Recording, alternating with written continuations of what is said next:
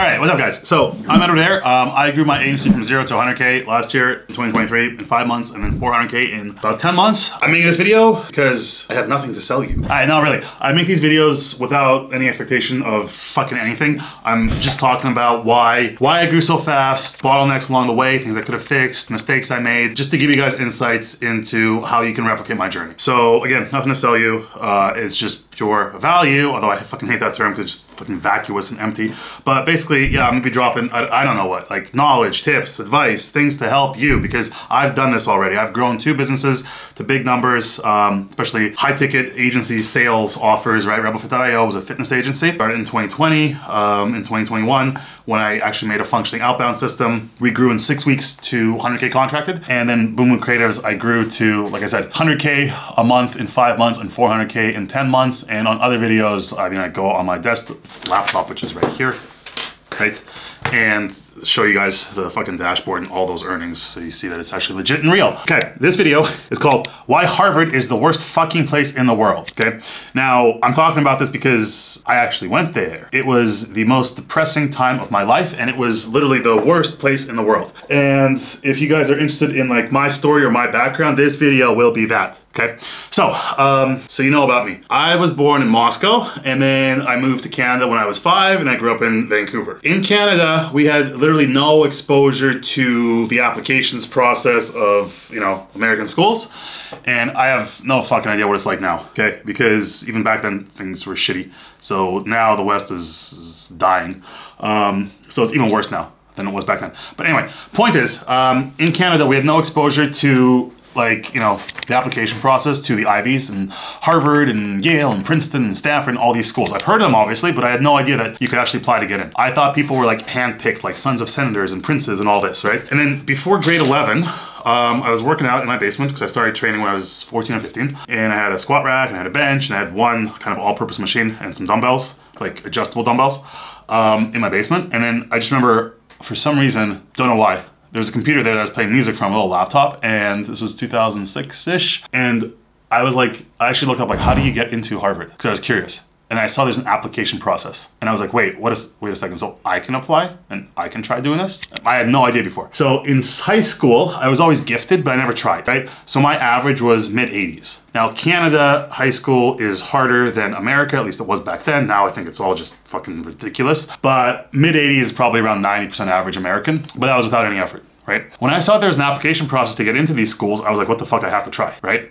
Because back then I was 16 and I was like, I don't want to be 20 years old and looking back in regret, going to like University of British Columbia, UBC or some bullshit, and be like, fuck, if I tried harder, maybe I could have made it to Harvard. So that realization was what made me dive all the way in. And grade 11, I went into IB, International Baccalaureate, which is like harder than advanced placements you guys know in the States, right? Maybe some of you are familiar with IB. But it's basically the first 2 years of college level courses, kind of. At least you get credit for that, okay? But it's like, it's a big jump up from grade 10 to grade 11 IB. My average shot up to 98% in IB. How it did that was because all I did was school, extracurriculars, and test prep, okay? I was sleeping 3 to 4 hours a night on weekdays and crashing hard on weekends. And that was me for 18 months. And those 18 months were all of grade 11, summer between grade 11 and grade 12, and then grade 12 up to winter where the applications were due. Right? I wrote my admissions essays over winter break in the final week before they were due. Again, every single day on the computer, just writing them. Because I'm ENTP on the Myers-Briggs things. P is kind of how we deal with these time pressure things, and we work best under pressure. At the deadline, we do not like doing things in advance at all, okay? So P for procrastination. Kind of, that's a joke, it's not. But that's how it works, right? That's what we do. So I got those applications in, and then after that I was like, thank fuck, this is over. So I started sleeping. I didn't really care about school as much. I was still going, right? But I didn't care that I got 100% on a test anymore because stuff was in, right? And I mean, I was still trying.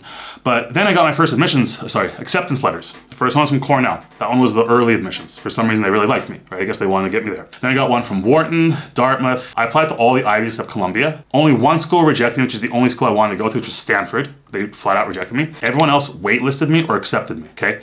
And then after Cornell, Dartmouth, whatever, Wharton, Harvard acceptance letter came in, okay? And Harvard, because I grew up in a family of 5, and my dad was making maybe 40K Canadian a year in the most expensive city in the world, or one of, Vancouver, right? So we had no money.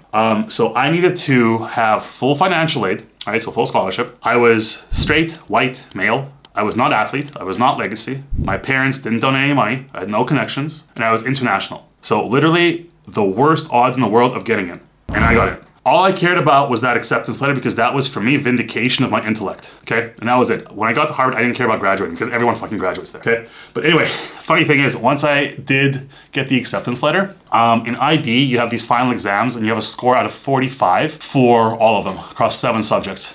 Yeah, 6 subjects out of 7 or 7 subjects out of 6. Something like that. Equals 42 and then plus 3 bonus points with the extended essay and one other thing. Anyway, so you get your predicted scores on those essays, on your final score out of 45. That's like your final kind of exam grade. Your teachers predict it and send it to the universities, okay? Harvard did not actually care about what my final score was. So after I got the acceptance letter, and I don't know, I read somewhere that they don't want to see, they don't even care about the final results, the test results, right? I called my admissions officer and I think I asked her if this was true and she was like, yeah. And then I was like, well, why the fuck would I even go to school anymore? So I stopped going to school completely, okay? Yeah, I showed up for the final exams, but like, I probably failed them. I have no idea what my score was. I didn't go to my high school graduation. I didn't give a shit. All I cared about was that I got into the best school in the world and I was going to meet amazing people and learn so much stuff and have the best professors and it's gonna be this amazing experience, okay? In reality, it was literally the shittiest fucking time of my life, okay? Many reasons why. So, first of all, everyone there who is not an athlete is socially retarded as fuck, okay? The only people I got along with were athletes, right? And I'm not an athlete. I work out, but I'm not an athlete. Athlete is like someone who's doing a sport that the coach wants you on the Harvard team for, right? Hockey, basketball, whatever the fuck. But the athletes at Harvard were retarded as fuck. Like, they would have failed my high school courses, okay? So there's this disconnect, right? Yeah, I get along with them, but they're dumb as rocks. All the other kids were, like, the ones who got in on merit, like me, were very, very, what was it called? Like pyramid, I think they called them, right? Where they're really good at one subject, like really good at fucking science. And they're like, you know, autistic, Asperger's, whatever, things like that. So like faces are weird, physiognomy is weird, they can't socialize, all this sort of stuff. That's the population there, okay?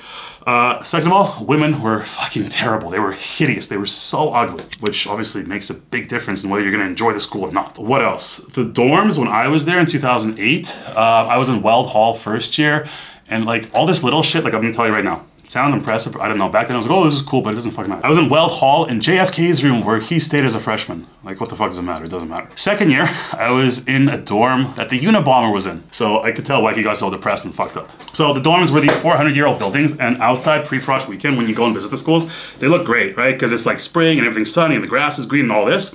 And they keep the facade, right? They keep the outside of the buildings looking fresh and amazing. Now, inside, when I was there, there are these 400-year-old buildings, and in 2008, they have not been renovated for 50 or 60 years. So you have buildings with there's like 10 layers of paint on the wall, it's all peeling. There's cockroaches like this running around, water stains on the ceiling, like rats everywhere, water dripping down. Like, it's a disaster. I was like, what the fuck? This is Harvard? What the fuck is this? Right? Now, after I left, I think they did do renovation on the dorms finally, but back then it was terrible. Other thing, like I only ever mentioned Harvard to shit on it, but you can only shit on it if you've actually gotten there and you were there. Because if you're just an outside hater, right, and you never got in, you have no right, absolutely no right to shit on it. If you got in purely on merit, then you have full right to say whatever the fuck you think. Now, the reason people don't badmouth Harvard, I think, is because they're caught up in maintaining the prestige of it. Because they're like, oh, you know, my family cares, all my friends care, and like, I care too, and all this shit. I didn't care at all. Right? I didn't care about graduating either because everyone at Harvard graduates, they want to have the perfect graduation rate. So like, I was looking at the athletes who couldn't do my high school courses and like, how do they graduate, okay? They go like office hours hosted by a PhD, TA or TF or whatever. They like slide the homework over and that person does their homework for them. It's all university sanctioned, okay? So it's all a fucking charade, scam, bullshit, worst place in the world. The other thing is everybody there is depressed. Everyone there has anxiety. Everybody is on study drugs and antidepressant drugs and all this shit. Meal plans were awful as well. So everybody at Harvard has to live on campus. There's no cars allowed. Because of zoning laws in Cambridge, there's no real grocery stores anywhere in the vicinity. So you can only get food from the meal plan on the university. Everybody has to be on the meal plan. First year, you get food from Annenberg Hall, which is, if you saw the Harry Potter movies, their thing is styled after Annenberg. In winter, it's shit to go to because your dorm is like here and Annenberg Hall is like all the way over here and you have to track through like 20 minutes, maybe not 20 minutes, but I'm exaggerating, like 10 minutes, snow, farthest away. Right, 5 if you're closer. But the point is, they only had like certain openings for food. Let's say it was breakfast, lunch, and dinner. And I don't know the exact times, but like breakfast was from 7 to 10, lunch was 11:30 to 2-ish or 1:30, and then dinner was from like 5 to 7. Okay, and the other times it was closed, you couldn't get food anywhere. No grocery stores, right? You're dependent on the fucking meal plans. Now, 2008 was the recession, right? Harvard, with the biggest endowment in the world, right? The most amount of money of any university in the world, to save money because of the recession, guess what they did? They cut out breakfast. So now you have all of us, the kids going there, right? We have 2 times to get food a day, lunch and dinner. And there's no breakfast. Like they had some cold cereal they put out, but like, and I was like, this is just fucking ridiculous. The richest school in the world can't afford breakfast. Great. Other thing was this. I forgot more than I learned there. I came out dumber than I got in. Because when I got in, I was really into like SAT prep, right? I mean, I had 2360 out of 2400 on my SAT score. I had 35 out of 36 on the ACT. One question more, I would have been 35.5, then round up to 36. Right, so almost perfect. I was doing school, obviously they get 98% average in grade 11, grade 12. I was obviously into it, I knew all that stuff. And at Harvard, you could take, I didn't know it was coming in. It's a liberal arts school. I didn't know that. Which meant out of like 8 classes you take first year, one is in your concentration. All the others just random bullshit. Okay? Second year is like 2 are in your concentration out of 8. All the others random fucking bullshit that you don't care about at all. Okay? Liberal arts. And I hated that so much because I was like, okay, fine, I can actually study what I want. No. What else? One of the biggest disillusionments for me being there was second year. Okay? And one of these like bullshit courses that I took had something to do with like Aztec Mayan history. I don't fucking know. Okay? 12 weeks of a course, 3 lectures a week, plus 1 or 2 those little kind of group sessions with a teaching fellow, TA or TF. Teaching assistant, teaching fellow. I forgot which term Harvard uses. But yeah, so 3 lectures a week plus 1 or 2 sessions with a TA or TF, which is small group sessions, I don't know, with like 12 students, right? I went to the first lecture, and out of 36 total lectures, maybe 3 or 4 more. I remember I bought all the books for it. I have a picture of all of them on my floor in my shitty fucking Unabomber dorm, where I couldn't, like, the shower was under an eave, like this thing you see here, right? But the shower was under, and the eave was so low that I could not, I'm 6'1" and a bit, right? So I couldn't stand under my shower. I had to shower squatting down every single day at fucking Harvard, the best school in the world, right? It was a disaster. That class, right, 36 lectures, I went to like 3 or 4. The teaching assistant things, you had to show up for attendance. I think I showed up and then snuck out as soon as I could. Didn't read a single book, didn't do anything. The final exam was a take-home essay where they give you a topic and you have X amount of time to finish it, right? I don't know, 72 hours or something. And it was due 5 a.m. one day. I started my essay 12 a.m. the night before. I had 5 hours to do it, okay? I went, I wrote it, whatever. I submitted it with like 5 minutes to spare, and then I fell asleep. And I was like, thank fuck, this is over, okay? Did not care.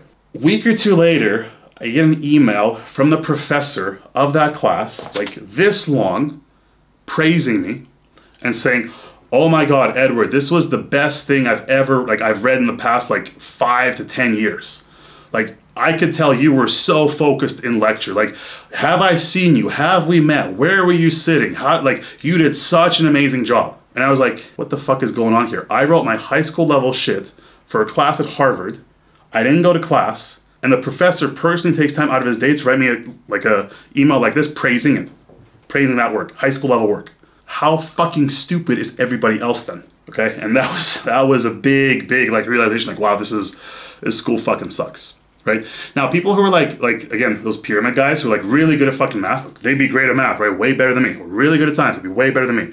But I did not want to do more school. I don't like school.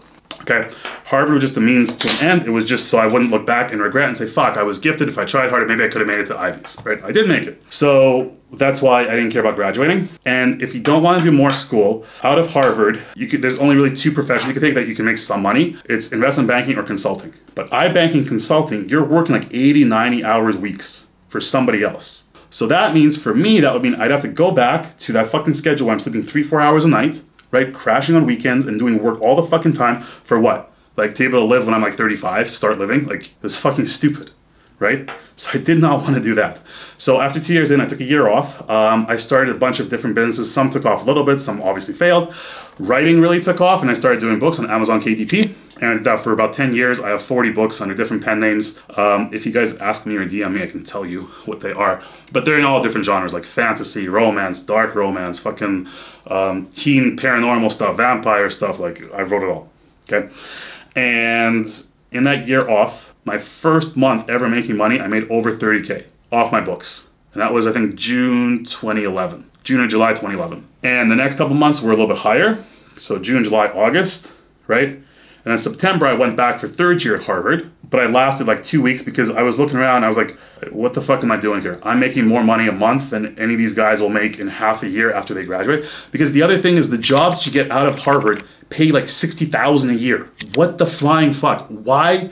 Like, 60,000 a year is nothing. It's literally nothing. Why is it that going to the best school in the world entitles, and supposedly the best education in the world, entitles you to a starting salary of 60,000 fucking dollars? Fucking nothing, right? So that was the other big disillusionment there. That I was like, this is not a path to success at all in any way. But yeah, basically Harvard was fucking terrible for all those reasons. I hated it. I was super depressed there. Everything about it sucked. I cannot think of a single positive experience I had there, or a single thing I actually learned there that like stayed with me to this day. Zero, like nothing. Everyone's depressed, everyone's on drugs, everyone's also on study drugs, Ritalin, Adderall, all this shit, which I had no exposure to in Canada. And I was like, what the fuck is a study drug? You just sit down and study, right? And they were like, oh, but don't you need like, I'm like, no, like, what do you, like, I don't get it. Like, you literally sit down and you do the fucking work, right? That's how you study. And now it's, you know, probably 10, 20 times worse there with everything going on. But, and probably tuition is probably 100K a year now. I don't know what it is. It was 60K back in 2008, right? But no, absolutely not worth it at all. And how they do is you take a year off and you can come back within 5 years and keep your scholarship. Or if you come back after 5 years, because they want everybody to graduate, I can still come back today. You got to just pay the tuition. But why the fuck would I ever do that? So anyway, that is why Harvard, for me, was the worst fucking place in the world. That was the most depressed I've ever been in my life. It was all a fucking catastrophe, unmitigated, absolute, horrible fucking catastrophe, and I never recommend it to anybody, ever. Anyone who wants to have fun in life and build something of meaning and have freedom and just fucking have fun. Like, I love this stuff. I love the stuff I do now. I love the business. I even like writing books. Like, I just like, yeah, Harvard, worst place in the world.